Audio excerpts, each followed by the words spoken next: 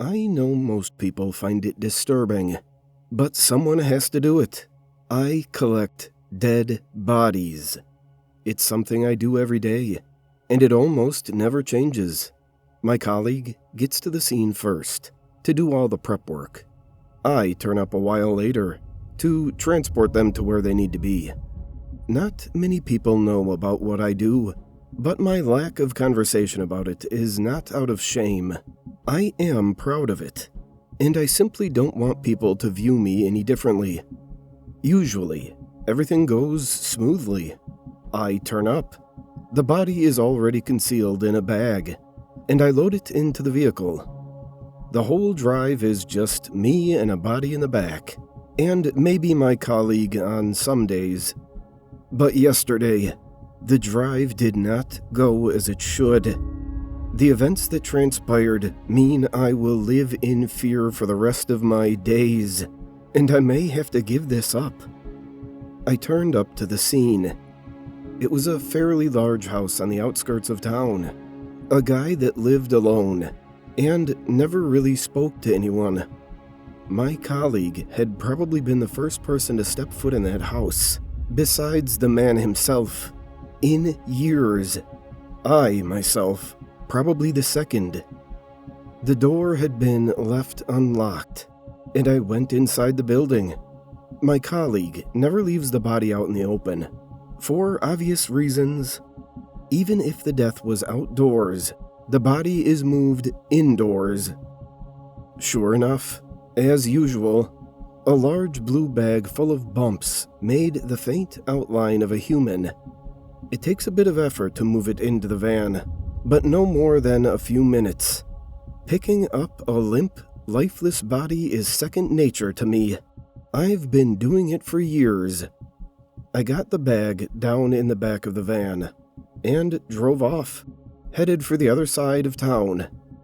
It was dark out, and the roads were empty. This is how I like to drive. 5 minutes into the journey, I heard a groan from behind me.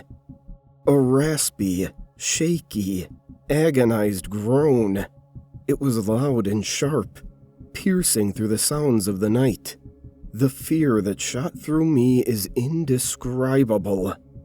I felt a pit open in my stomach as every muscle in my body tightened. My hands jolted so hard that I nearly crashed, but I kept control. The back of the van is too dark to see into, so I grabbed my flashlight from under my chair and pulled the vehicle to a complete stop. As I shone it into the back, I saw something I had secretly always feared. The bag was sat upright. I crept closer, trying to be silent. A muffled voice from within the bag spoke. "Hello? Who's there? I can hear you." I wasn't sure what to do. My colleague always checks their pulse. Had he made a mistake? He must have.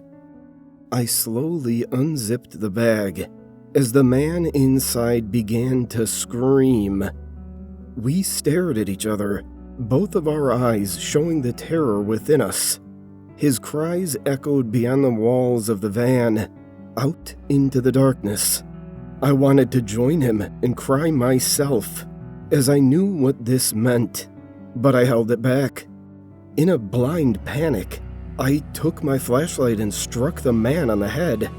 I know that's unprofessional, as I didn't want to damage his skull, but it was my first instinct. It didn't kill him, though. It didn't even knock him out.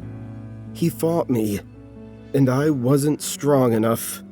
He just kept screaming. "I know what you did.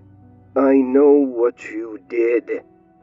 Why couldn't he be like the rest? I'm ashamed to admit. He got out. He opened the back doors of the van and got out.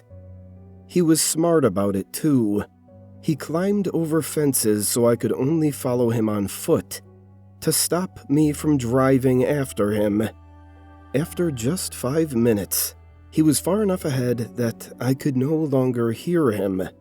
And after 10 more minutes, I knew I had lost him completely.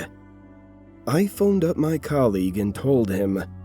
We were furious at each other, yet upset with ourselves. How had we both messed up?